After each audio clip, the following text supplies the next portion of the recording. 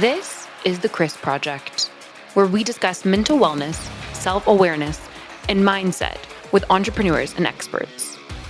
Set your perceived ideas and biases aside, and let's go on our journey for yourself, for your family, for the world.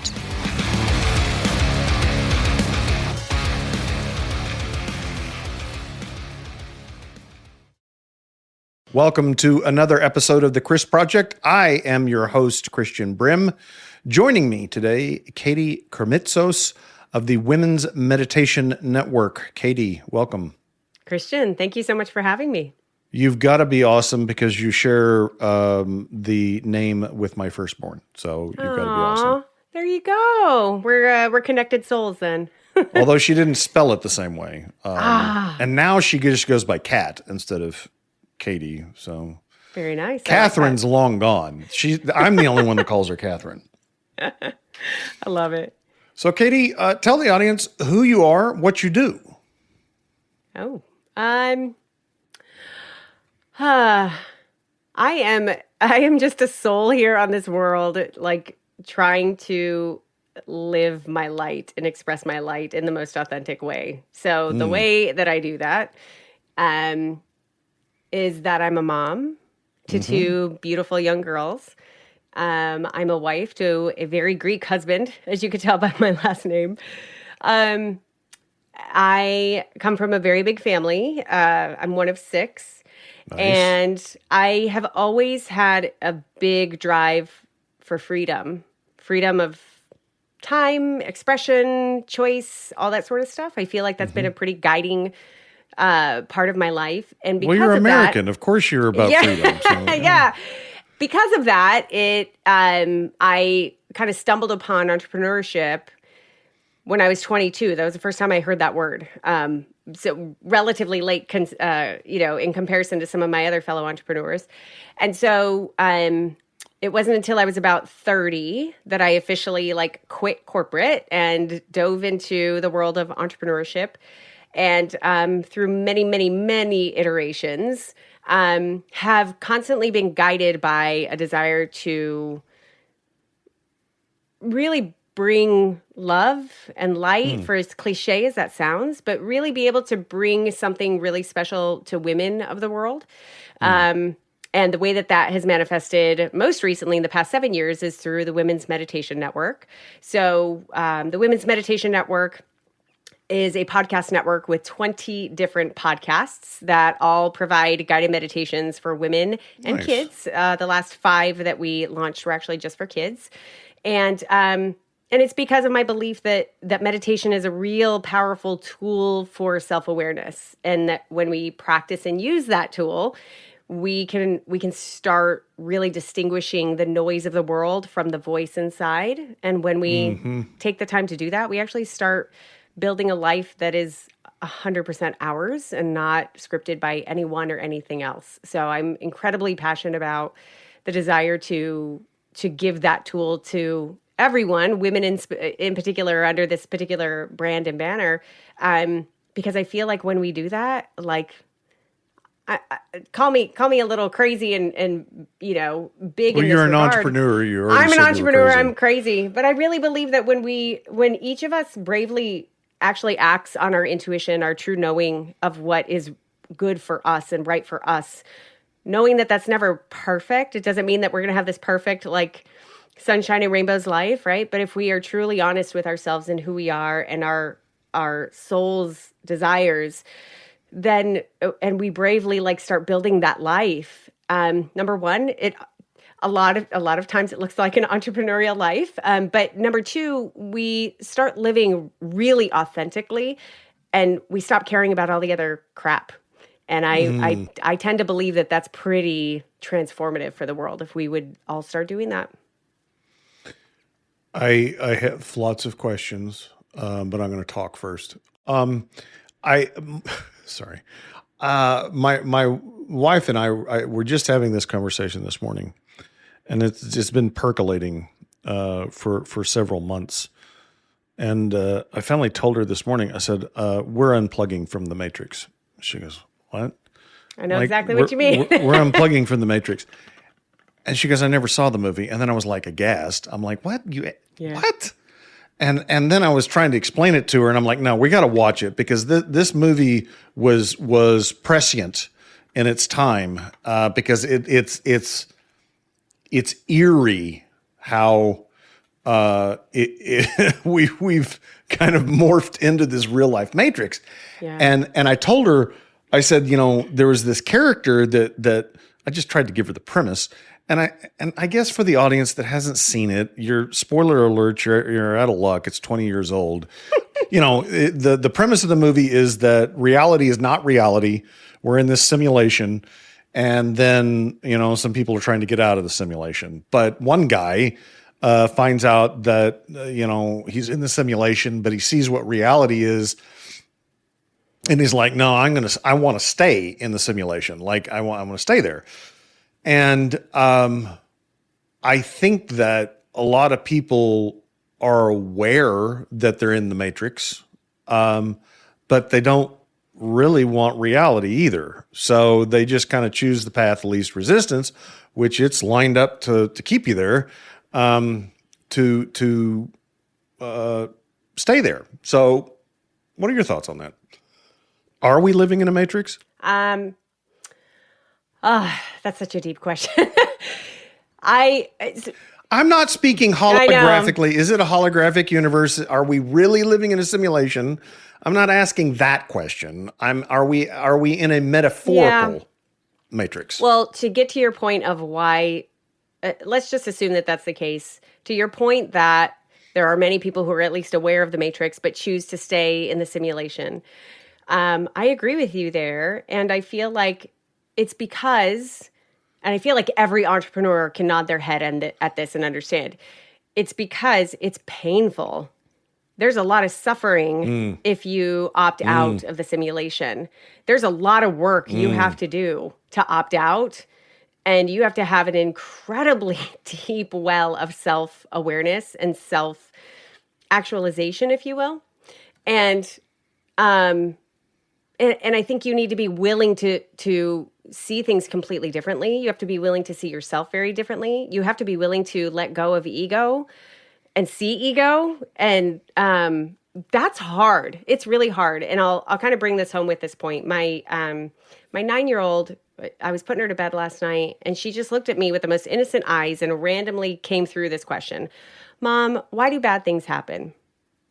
And I immediately said, well, you have to ask this question at bedtime? Ironically, we need some time to unpack this. We have a lot of really deep conversations at bedtime. It's sweet. And I said, well, first of all, is there something that's making you ask that question? Did you hear that from somebody or something happening? And she's like, no, I don't know. Like, just asking. And I told her, I said, well, I believe that being part of a human means that you have to suffer. And there might be some people who disagree with me on this, but these just happen to be my beliefs. And I said, I believe that we suffer. But the beautiful thing about suffering is that the suffering is here to help mold us into who we're meant to be. And sometimes that means really hard and bad things happen. And I'm not trying to sugarcoat and tell you, the solution to every bad thing, but I'm trying to tell you that you can have an attitude of seeing bad things as being part of your journey here. And if you choose to have that attitude, it's going to continue to mold you into the best version of yourself here. So I'm saying that because in relation to this conversation, you mentioned the statement of the path of least resistance. I think that's it. I think the harder path, right? It's all about the road you choose, right? The harder path in our world of entrepreneurship, it would have been so much easier, quote unquote, for me to stay in corporate. It would have been so much easier for me to, the origin story of the Women's Meditation Network, I won't go into it, but it happened 7 years ago, and I was already a success. Why not? Let's go into it. Well, so I'll give you the kind of the overview story, which was I was a podcast. I was an entrepreneur since 2009. And my husband and I owned a local entrepreneurs organization. And so we would bring in education for our hundreds of members to help them better run their companies. So somewhere along the way, we sort of, one of those speakers was talking about podcasting, totally ignited a fire under our belly.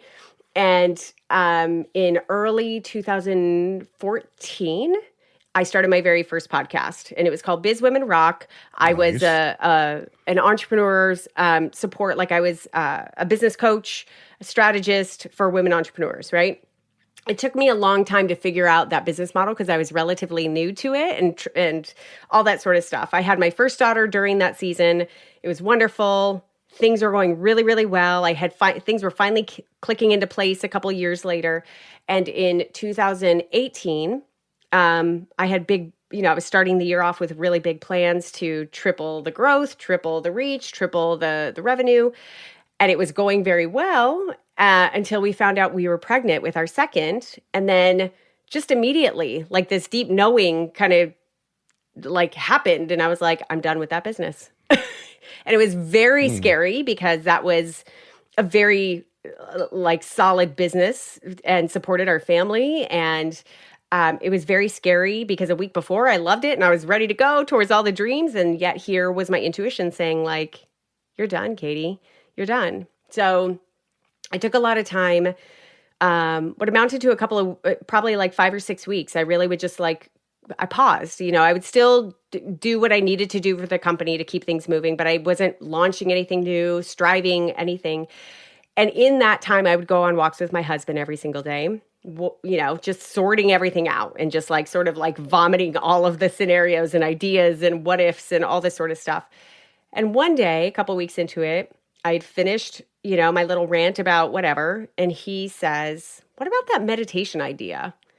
And I said, what about it? And what he was referring to was months prior when I was creating my annual plan, I sort of had a side item on my, big giant poster board of like, yeah, let's build out the other podcasts, and I could do a meditation for women podcast. That'd be super cool. But I never did anything with it because it didn't really align with, that particular brand and business. So now here he was 4 or 5 months later saying, what about that meditation idea? And I was like, well, what about it? And he said, what about it? And that was the seed that was planted for the Women's Meditation Network, because within an hour, I could completely see the vision. I could see that it could be the next evolution of my work with women in the world. I'm a writer. I could see that I could write these beautiful scripts. It could be sort of this alignment of all of these things. They say the dots don't make sense until you can look back, right? So all of a sudden, like, I've been a podcaster already, got that down. I'm a writer. I could write these scripts. I know great producers. I've been meditating. I know meditation. So like I could create this and I could be that person. Because back in 2018, when you searched for meditation and women in your podcast player, there was one that showed up that had those words in it. And so I was like, there's no way. I have to be here. Like I have something to say here. I think that women just like me are searching. And if they find themselves in what they're looking for, I could be there to speak love into their souls. So I say that, I'm forgetting the main point that I brought this up for, but the point is it would have been easier for me to not listen to that intuition. It would have been easier for me to stay with what was and to, go with what everyone else expected me to do. And even my past version of myself expected me to do.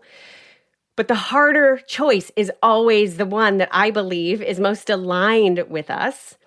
And it is the one that starts to whisper, eventually screams if we stop listening to it, if we don't listen to it and we suppress it. So I think this is a harder road, but to actually be aligned, to follow intuition, to listen to yourself, to take action based on what your gut actually knows versus what has been told to you. And that's why people want to stay in the simulator, because it's hard. And you'll get hate. People won't understand what you're doing. You'll have pain. You'll have suffering. But I believe, because of what I told my daughter, that's all here for us. It's all part of what carves us into these beautiful, unique diamonds that we're all supposed to be. Yeah. Again, I've got so many thoughts. I will resonate back to you that I do agree that pain it is a tool for growth if we allow it. Even things that are not like, or maybe especially things that we didn't have any culpability in. So like, a child gets sick or a spouse gets sick or you get sick. I mean, like, an unexpected death, something that is painful that you couldn't avoid. It wasn't because you made a bad choice. Yeah. Where it doesn't make sense, kind of where your daughter's question, I think, might have been coming from. Like, why do bad things happen? Right. Like, I didn't make a bad choice, but bad things happen. I agree with that. I think that even if nothing more, then you learn that it's not the end of you, that you are not going to perish, but it teaches you the resilience and the ability to cope. I referenced on this show a couple of times a book I read recently called "What Happy People Know" by Ken Baker, Dr. Ken Baker. I have not yet. No. It's a great book. And he lost. He's a psychologist by trade, and he lost his son prematurely. I don't remember if he was born prematurely or he was born with a genetic disorder. In any case, he lost his son when he was an infant, and it devastated him. And what he learned was that he still had the love of his son. So like, as soon as he started remembering his son, he felt those feelings like that. He would always have that did not go, that was not destroyed, right, by his death. And he learned that, he could, learn from that experience that he in fact was an optimist, and his definition of an optimist is not Pollyanna. It's I can endure the worst things like that. And you can't unzip somebody's head and put that in there, right? Like you can only get that through experience. Yeah. Yeah, which, I think it just comes back to a willingness to know thyself. And for, the culture that we have right now gives us every reason not to. Gives us every reason to numb out whenever anything uncomfortable is felt or experienced. Gives us every opportunity to hide, to avoid. And so I love and respect those who do the internal work and are asking those questions of themselves. Like, what is this really all about? What am I supposed to learn here? And we all go through the dark stuff. And, you mentioned a really interesting point of like, bad stuff that we have that we did not create, right? And, let's just talk about the entrepreneurial journey for a second. You and I, have talked about it ain't all sunshine and rainbows. And there's some really dark, especially like, in this state of being able to label things as like mental wellness, right? So I have had innumerable dark seasons, sometimes days, sometimes weeks, sometimes months of dark seasons, of really like questioning, like, what am I doing? What's my purpose? Is this the right thing? I suck at this. Like, real dark and deep kind of undoings. And sometimes they're, in the journey of my business, it has been sort of like triggered by whatever business stuff, right? Or like this business experience happened and now I'm letting that mean a whole hell of a lot of things about me. And so I have to do the Yes. inner work in order to like really come through that, you know? And I feel like so many of us entrepreneurs are not, we're oftentimes going through that very alone. And I don't think we do go through it alone on purpose. Yeah. I think we go through it alone because there's a weird void of where to talk about it and where to hash it out, you know? And normal, I hate that word normalize, but it's true. Like I have been really lucky in those dark times where my circle gets really small and there's like one or two people that I can really like vomit all of that stuff out with. Right. And who will not let me fall and who will not let me take it on as my own by myself. You know what I mean? So that has been invaluable, but also out of that and the coming out of that has built that muscle over and over and over again. The resilience, like, hey, I don't care how much that thing just blew up and how responsible I am for that, but I'm going to learn something here and I'm going to be better for it. So yeah, I mean, just there's so many examples of that and we all go through it.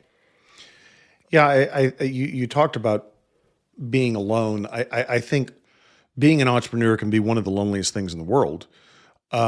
One, because we're a minority in the truest sense, and that, you know, like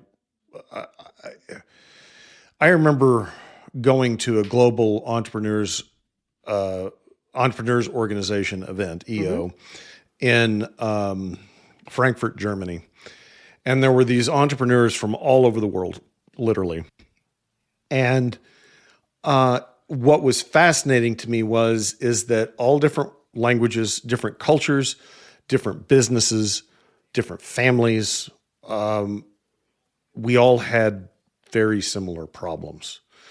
And because the entrepreneurs are not hiding around every corner, it's hard to find somebody that understands what you're going through, what your fears are, what your concerns are, even your joys. Like you can't share all of your successes with just everybody because they're going to look at you and like, well, what does that mean? I mean, I don't get it. Yeah. And a lot of people look at entrepreneurs of, well, like you make a lot of money, so what problems do you really have? Right. You've got it all figured out. You've got the numbers to prove it. And but there's, Right. And I agree. I think one of the most important things, and EO fills that void for a segment, but that is an absolute requirement that we have more places that entrepreneurs can go that their peers are willing to share those experiences, but then they have to be able to and willing to, in that it can't be, you know, so many times I've been around groups of entrepreneurs, even in EO, where it's all peacocking. And it's, you know, what I've accomplished and what we're doing now. And look at this great. And, you know, you have to be able to be vulnerable. You have to be vulnerable, not just for yourself, but for others, for that to really work. And if you're going to be vulnerable, to your point, you've got to be able to do the work. And it's not easy. And I've known a lot of people that are entrepreneurs that aren't willing to do that. They're not willing to let their guard down. And as I say, start asking the questions of like, why do I act the way that I do? Why do I think the way that I do? Why do I speak the way that I do? Like, yeah. But I think the fun thing for me is knowing that those questions, like the right questions, can really unlock an enormous amount power and beauty and light in each of us. For example, these very like business driven questions, meaning like, okay, why am I plateauing? What is going on in this plateau? I can't seem to kick past this. I'm having these struggles, what have you. And if you actually start asking the right questions, which is, what beliefs are happening inside of me that are telling me that this plateau that are creating this plateau? So, what beliefs do I have or misbeliefs am I holding on to that are allowing me to experience externally less than what I know that I'm capable of, Or if I'm continuing to experience this problem right now, what is it that is making this problem repeat? What is inside of me that is allowing this problem to continue to attract towards me? So those are the questions I really love, because that all again causes me to go inside and sort of unravel and take apart, and I'll be really straight. Like, I think a common thread in my psyche from a kid is I'm not enough. I'm not enough. I'm not good enough, right? I've definitely got that. And I only know that because I've done an enormous amount of personal work to like dig that up.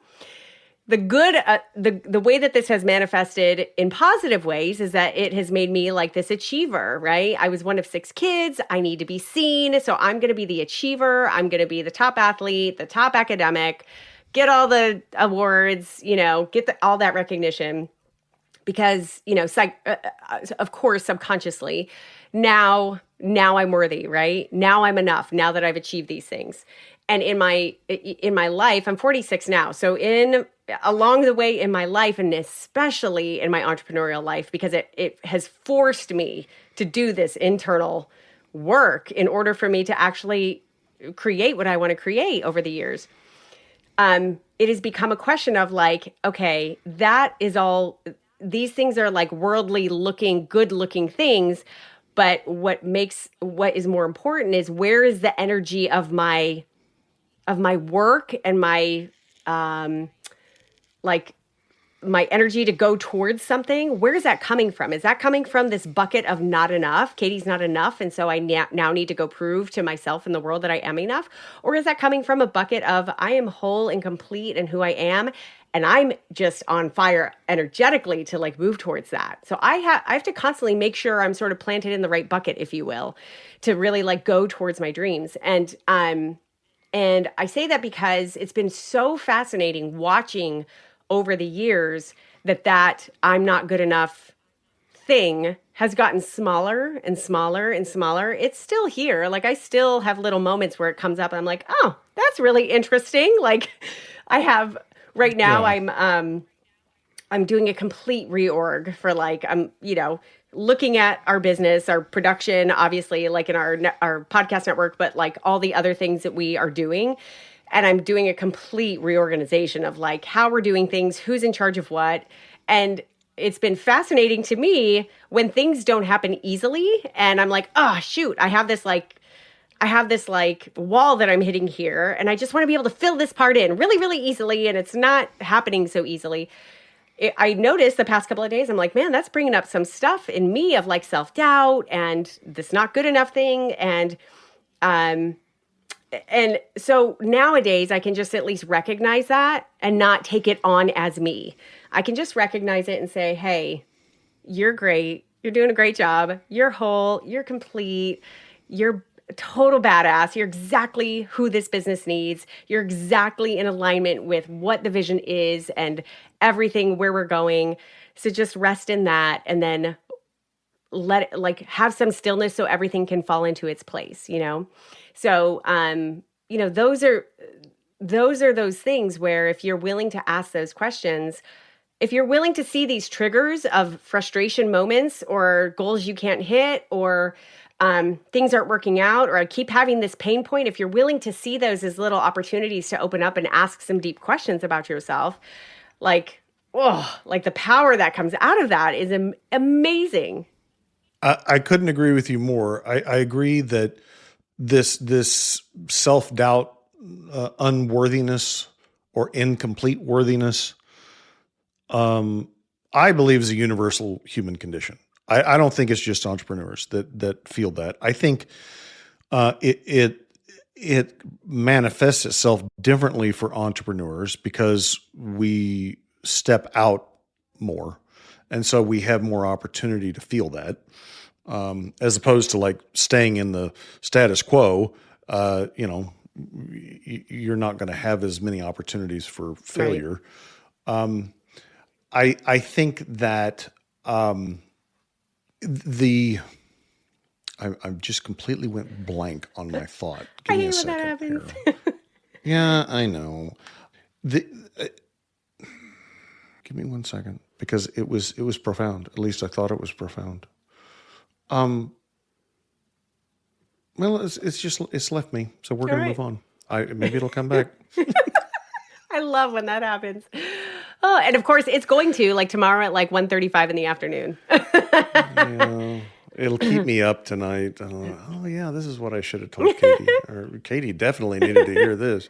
No, I mean, I think what I was thinking is that this self-doubt that we have drives us initially, but I think you talked about misbeliefs, and I've never really heard that term, but I mean, like, beliefs drive our actions.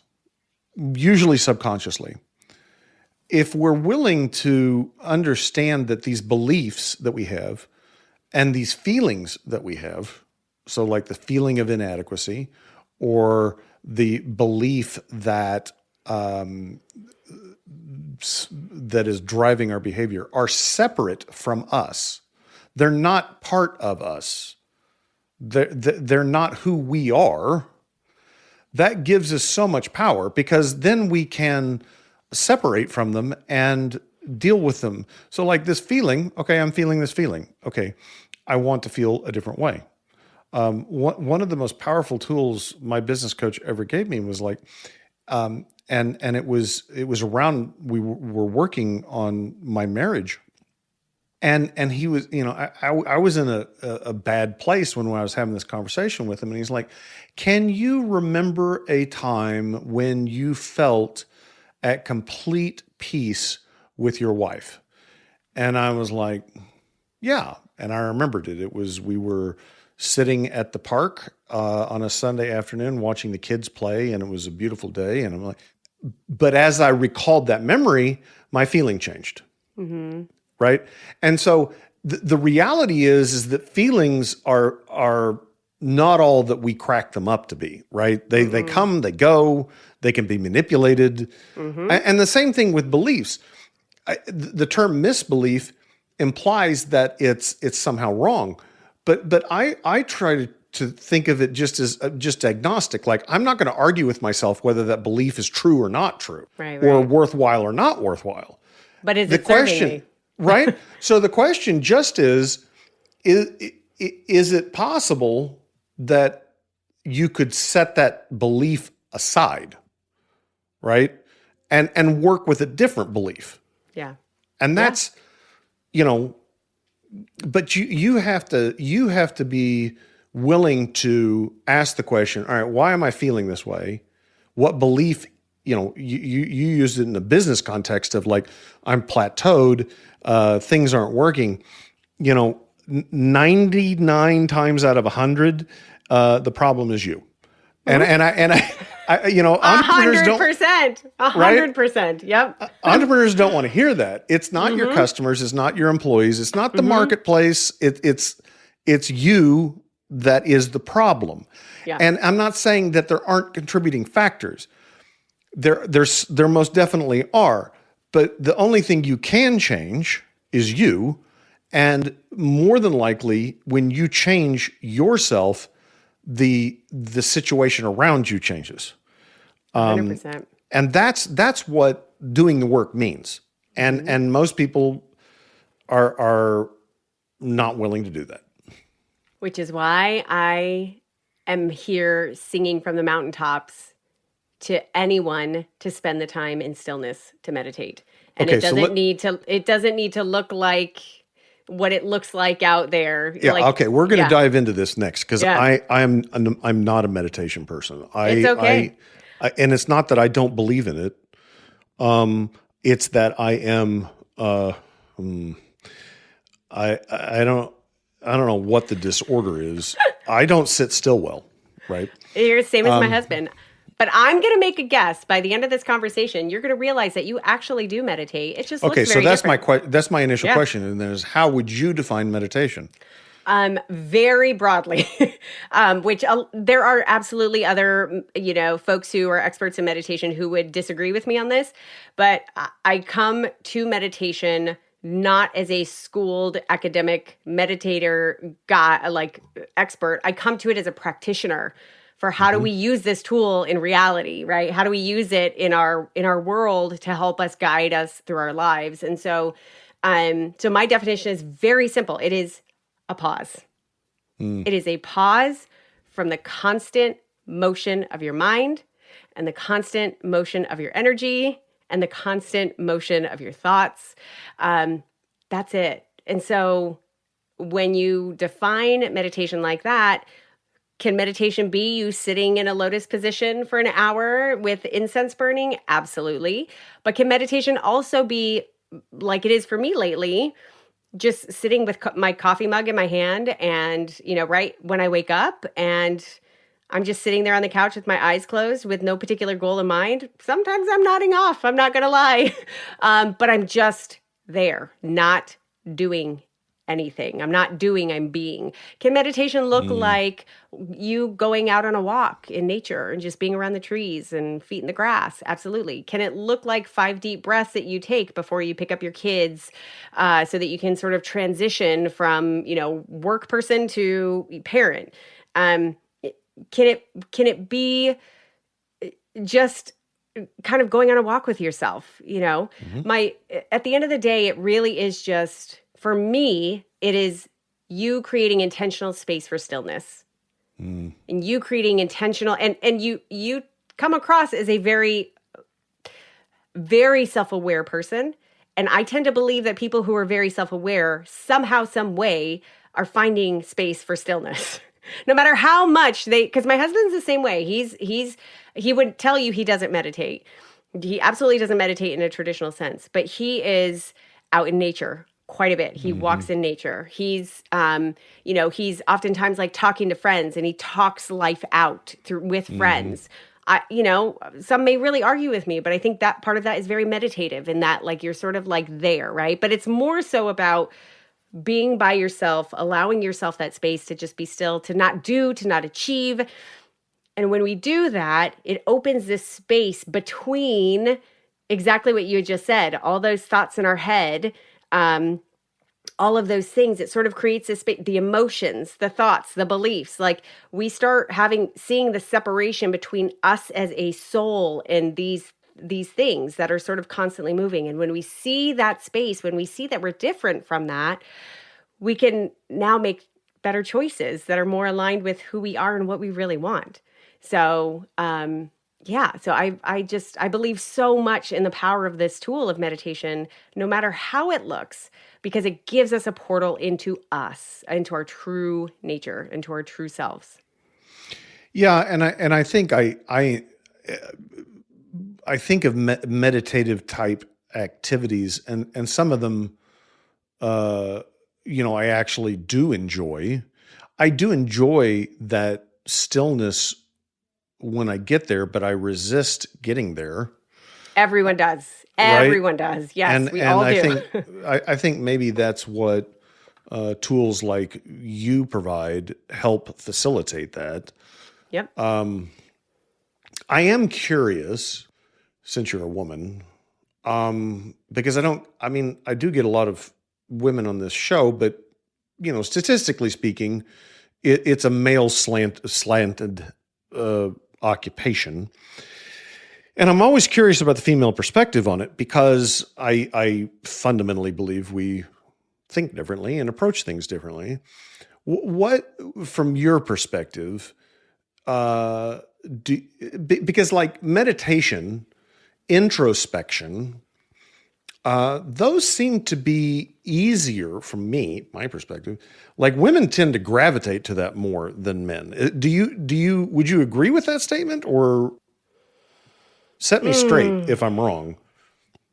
I don't know how I feel about that, actually. I don't know the answer. I don't know statistics about that stuff. I can tell you that, like, you know, who's buying the most, like, journals and journal prompt type of books to help them get to know themselves better. I think women consume that more. Obviously I have a large audience of women who are listening to my show. It's obviously geared at women, but I think we do it differently. I think we do it very differently. That's the thing.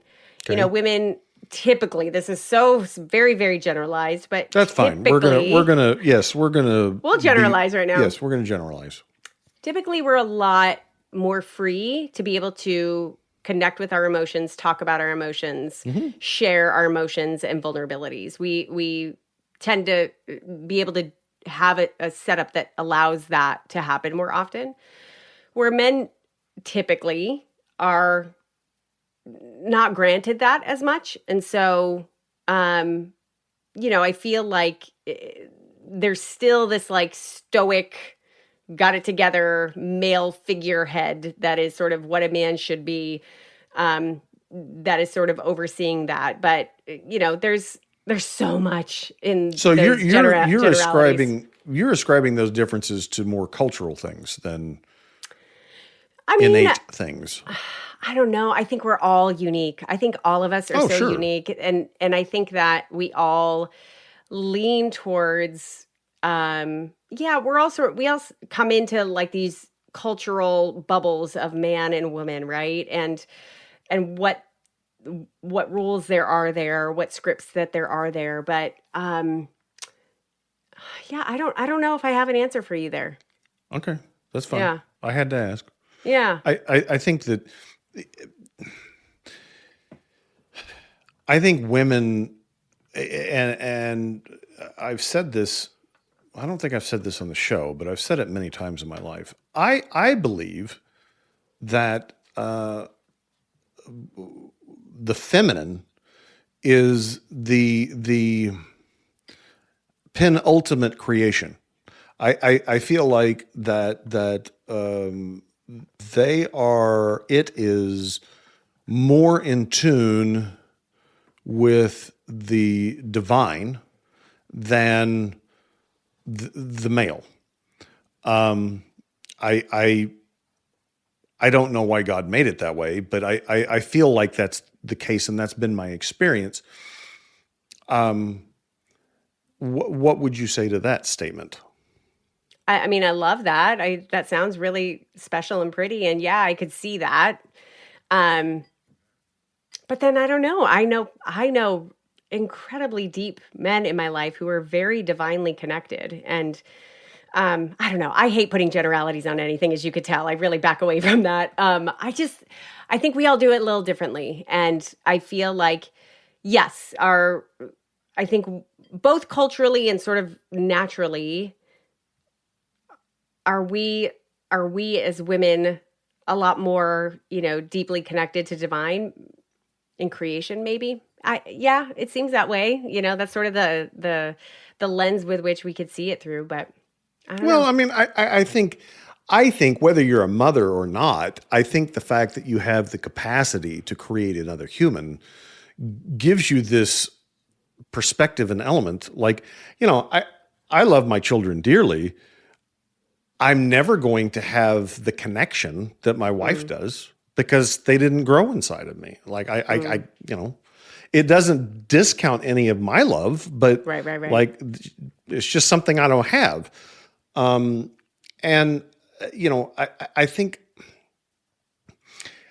think that you're right. Men, I think it's mostly cultural, but maybe there's some innate.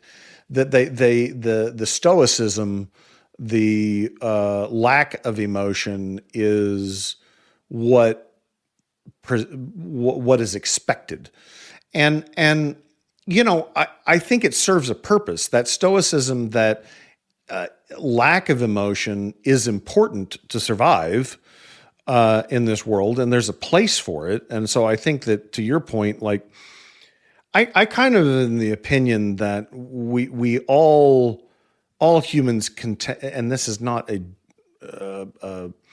gender statement, a sexuality statement.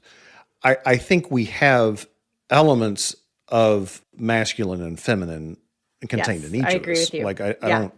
So it is a continuum. It's not even a continuum. It's a hodgepodge. Like, your point, we're all unique. As a matter of fact, one of my employees at one point called me a lesbian and trapped in a man's body. So, I mean, I get that. But this ability to more easily connect with that deeper purpose seems to be innate in women more than men, or just in that feminine energy, if you will. How does that translate to entrepreneurship? Like, how do you see your journey being different than your male colleagues? The first thing that comes to my mind, and this has been a journey, so I'm not here to say that I've done it perfectly the whole way, but I lead my business with intuition. Like I am mapping out data. I look at data, but to make decisions, to know where I'm going, to be clear about the big decisions and the small decisions, I am constantly tapping into intuition. Constantly. I set up my schedule so that I have time to do that.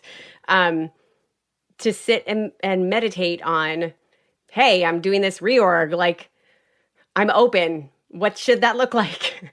I take myself away on solo retreats quarterly, 2, 3, 4 times a year, so that I could be away. And these are not like get stuff done retreats. These are, Right. I'm sitting to sort of make sure I can hear where I'm supposed to go in life and in business. For me to be really like to have completely taken that on is relatively new, I would say, in the past year, for me to be aware of like, oh, intuition is leading this business. It is leading this mission, right? But I've always done that. I can see the through line in all of it. So I would say that's it, but I don't know if that makes me different than my male colleagues. I just know that that's been the truth for me. And maybe it's different than other people in general, other entrepreneurs in general, male or female. But this is different than just like, oh, that gut feeling. Like oh no, I'm like really, really letting this take the wheel. And I'm going to take in all the data. And then I'm going to make a decision based on what my knowing says. Knowing that I could mess up, quote unquote, but that there was a purpose for that decision. You know what I mean? Yeah, yes, and I think that's an interesting walk, because entrepreneurs that are visionary, the flip side of vision is a lack of current awareness. Like if you're looking at how things could be, should be, you want them to be, I think it's easy to ignore what's going on in reality right now.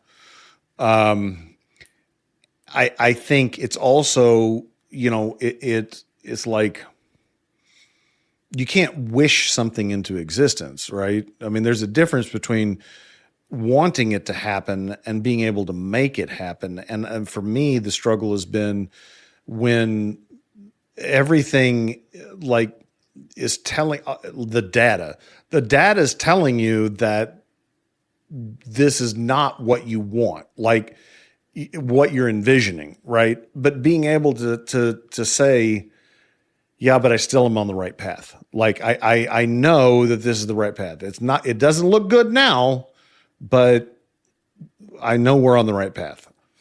And that's hard because, am I being delusional? I don't know. Maybe I am. I mean, maybe this is the conversation of operationalizing your intuition as guidance, because there is a real there's real work to be done. And like, here's the vision, but like, what's the how-to of actually how to make that happen? And, Right. you know, where does that show up? It shows up where, for example, in a team reorganization, in a company reorganization, like, who do you lean into? Who do you lean away from? And, you know, who do you give more work to? Who do you take work away from? Like, how do you place people? You know what I mean? Like, there's real work that needs to be done in doing that, and real numbers that need to be crunched, and real data that needs to get sorted to help intuition make a 360-degree decision. But at the end of the day, it's like the gut that's leading me. Like, okay, that could look like a really smart move, but man, there's something telling me like this giant no, and I can't. I've learned the hard way over and over again. But I have to say yes to the intuition. I have to say yes. I have to, even when I don't understand it. I have to. I love that. Katie, how do people hear your podcast and your network? Yeah. So whatever podcast player you're listening to this on, just search for Women's Meditation Network, and you will see all of our 20 shows there. Meditation for Women is our original that gives you a little bit of everything, but we have sleep meditation for women, meditation for anxiety. Like, you need to meditate, we got you covered. Or you could go to womensmeditationnetwork.com. As a lesbian trapped in a man's body, can I listen to these podcasts? Is that okay? Anyone is welcome. Okay. Anyone is welcome to listen. Okay, just to clarify. Listeners, if you like what you heard, please rate the podcast, share the podcast, subscribe to the podcast. Until next time, remember, you are not alone.